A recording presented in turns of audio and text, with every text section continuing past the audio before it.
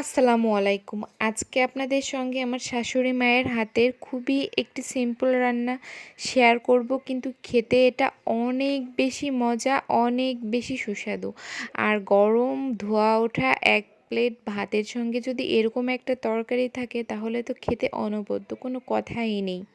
আর এই রান্নাটি করতে অনেক বেশি প্যারা লাগে না, অল্প সময়ের মধ্যেই করে নেওয়া যায়। আর প্রথমে এই রান্নাটি করার জন্য কড়াইয়ে দিয়ে দিয়েছে সয়াবিন তেল। এরপরে এখানে আম্মু দিয়ে দিয়েছে, তেলটা গরম হয়ে গেলে 2টা তেজপাত, এরপরে দিয়ে দিয়েছে অনেকগুলা পেঁয়াজ কুচি, আর যেটা কিনা একটু লাল লাল করে ভেজে নিয়েছে। আর এটা ভাজার পরে দিয়ে দিয়েছে অনেকগুলা কাঁচামরিচ, আর তার মধ্যে দিয়ে দিয়েছে রসুন বাটা আর জিরা বাটা। এগুলো দিয়ে খুব ভালো করে এটা কষিয়ে নিয়েছে। এরপরে এর মধ্যে দিয়ে দিয়েছে পরিমাণ মতো লবণ আর হলুদ গুঁড়া।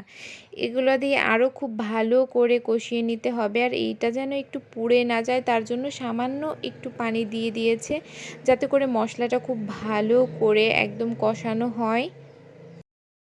এখানে মশলাগুলো প্রায় 10 মিনিট সময় ধরে কষিয়ে নিয়েছে। আর এই মশলাটা যত ভালো কষানো হবে এই তরকারির স্বাদ তত বেশি মজা হবে। এভাবে অনেক সময় ধরে কষিয়ে নেয়ার পরে যখন একদম মশলা থেকে তেলটা বের হয়ে যাবে, এভাবে উপর থেকে ভেসে উঠবে, তখন এর মধ্যে অ্যাড করবে মাছ। আর মাছের মধ্যে এর মধ্যে ছিল শোল মাছ, পাঙ্গাস মাছ আর শিং মাছ। এগুলো মিক্সড মাছগুলো নিয়েছিল আম্মু। আর এগুলো দিয়ে দেওয়ার পরে মশলার মধ্যে এবার খুব ভালো করে এটা কষিয়ে নিতে হবে। এর মধ্যে পানি ব্যবহার করা যাবে না। প্রথমে মাছটা খুব ভালো করে কষিয়ে নিতে হবে।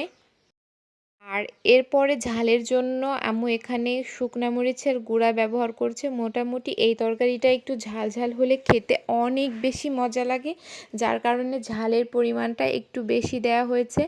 আপনারা চাইলে ঝালটা একটু কমিয়ে বাড়িয়ে নিতে পারেন। আর এভাবে করে অনেক সময় ধরে এই মাছগুলো কষিয়ে নিতে হবে।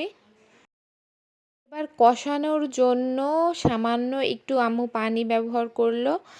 আর এই পানিটা দেওয়ার কারণে মাছটা ভেঙে যাবে না।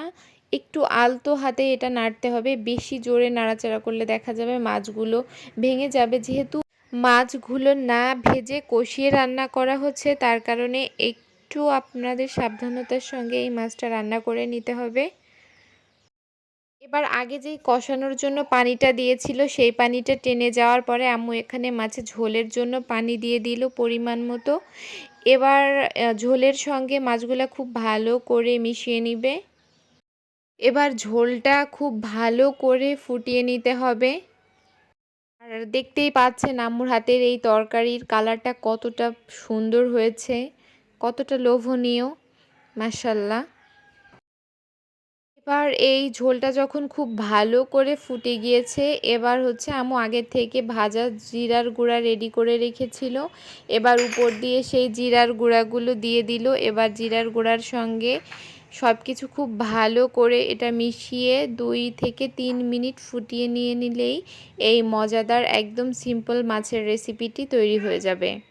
আর এই আজকের এই সহজ এবং মজাদার এই মাছের রেসিপি আপনাদের কাছে কেমন লেগেছে আমার শাশুড়ি মায়ের হাতের রান্না অবশ্যই কমেন্টে জানাবেন। সবাই ভালো থাকবেন। আল্লাহ হাফেজ।